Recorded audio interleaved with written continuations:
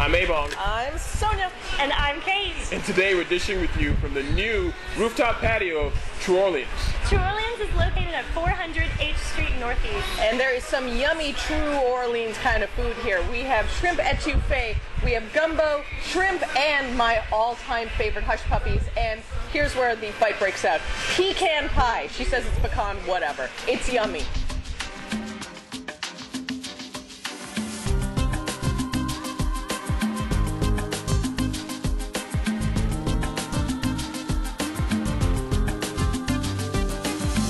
Our guest today is Grant Harris, who's a founder and men's personal stylist of Image Granted. So I'm assuming that you are a stylist only for men, or do you do women, or? Oh no, only for men. Unfortunately, women confuse me. They confuse me style-wise. Tell me about it. Thank you. I agree with that. So and the men need a lot of help. I mean, present company excluded. This is why I knew you guys were going to get along, because you both are these like personal style gurus, but he's actually created this job ad, which I think is so funny. Image Granted. He's grand. Yes. Is that what you were thinking? Yeah, we like. Yes, anything I put my name on, it's you know, I have to hold a high standard. So. What exactly do you specialize in other than image for men? What's sort of your thing that you're known for? It's all about a knowledge base. I do a lot of writing, a lot of speaking, a lot of presenting, and transfer of knowledge. I think a lot of the reason why men don't dress better than they do as a whole is because they lack knowledge. I agree with that. Is that how you got started? Because for men, it's a little bit harder for them to actually seek help, right. for lack of a better term. And so when I was doing the clothing thing, people would ask me questions, but they weren't really open to listening to a lot of my answers. I think it's just because you're lazy. I mean, I don't mean that in a mean way. Yeah, no, I agree. You don't. It's not that you don't care about the way you look. You just kind of find something that works for you, and you just buy 10 of them, and then you wear the same thing for the next 20 years. Right, which is not a bad thing, but you can get into a rut like that. You know, and guys get into a rut, they buy 5 pair of pants, 5 polos, 5 belts.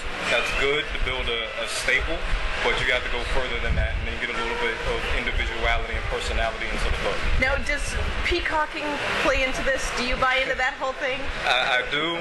Every man, in my estimation, should have one thing about him that is his peacock style. For me, it's socks. If anybody spends 5 minutes around me, you're going to love my socks. That's my thing. It's like 100 degrees today. Are you wearing fancy socks? I'm wearing socks today. I'm not wearing socks. Summer, I normally don't. Hey, that's your thing. That's sort of my That's thing. your style thing. Socks Naked. are my thing, but in the summer, I totally recommend guys go without them. So, okay, this is a city where we're always saying people need to work on their style. So, I mean, did you really think DC was the place for you to get into this because you could really help people, or because people are starting to think about style more? Like, why is DC? This is my hometown. This is where I'm born and raised. I know the environment, the culture here. It's not New York. It's not LA. It's not San Francisco. It's not trying to be those cities and those towns. DC is its own entity, and we're here on H Street, which has changed a lot over the years.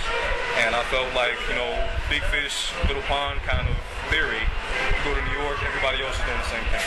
DC, I thought that maybe I could help a little bit more and advance the cause a little bit more. So that's one thing. So what are you telling men right now? I mean, it's August and it is so hot. So what are you telling men about personal style? Are you saying wicking fabrics. Wicking fabrics, linen shirts like I have on today. I am a fall guy. I like fall. That is my time. I hate the heat. Me and the sun, we're not friends. So I try to stay away Me too. from the heat.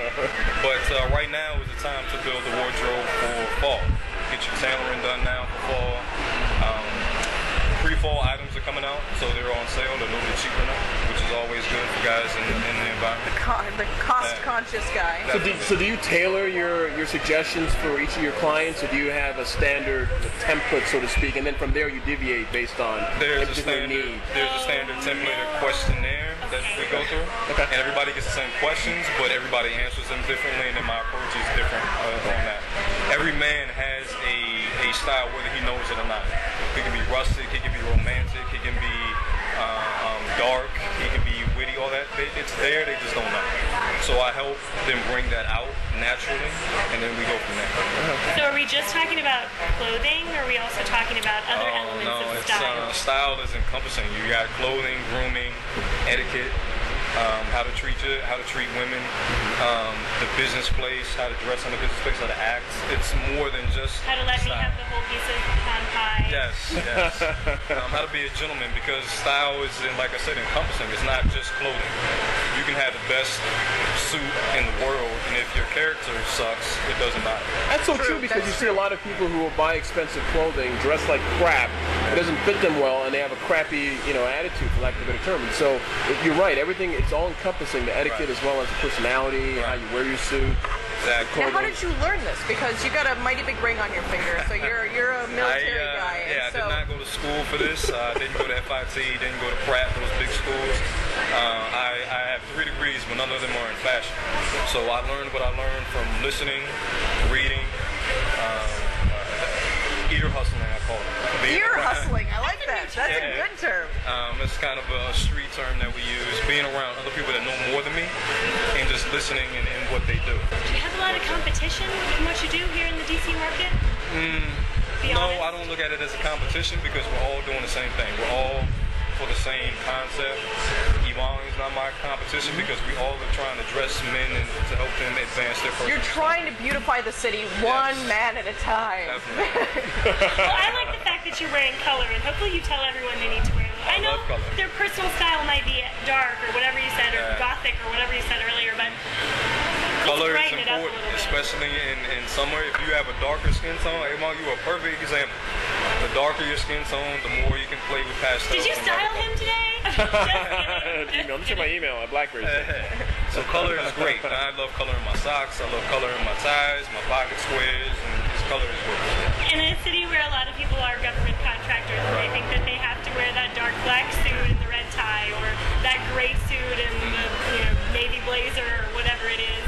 It's an unfortunate circumstance. What do you say to those people that think that they have that that self-imposed uniform? Navy blazer is great. I own about 5 or 6 of them, different fabrics, different weights, different cuts. It's great. You just have to tone it to the season. The navy blazer that I wear in the summer is an unstructured, unlined cotton blazer. The one I wear in the fall is lined cashmere. It's different. So navy is fine. Navy goes for every man. But just the weight and the structure and the fabric, you got to play with those things. What is your one thing that you start with for a guy who is totally has no sense of style? He's doing everything wrong. Where do you start? Shoes up, head down? Oh, definitely shoes up. It's just like a house. You don't build a house from the top down. Start with the foundation. Foundation. I tell guys all the time, women have cornered the market in footwear. They love shoes and everything like that. And I tell guys all the time, a woman is going to look at your feet. So you can have, like I said earlier, the best suit, best tie, most expensive stuff, and you have shoes that are not so great, the woman's going to go on to the next thing. And the other man who knows shoes and knows footwear, he's not going to respect you as much in the boardroom and her job. So it's definitely footwear first and build up. Well, head to toe, you've given us some things to think about, and you'll probably get some new clients from this. So great.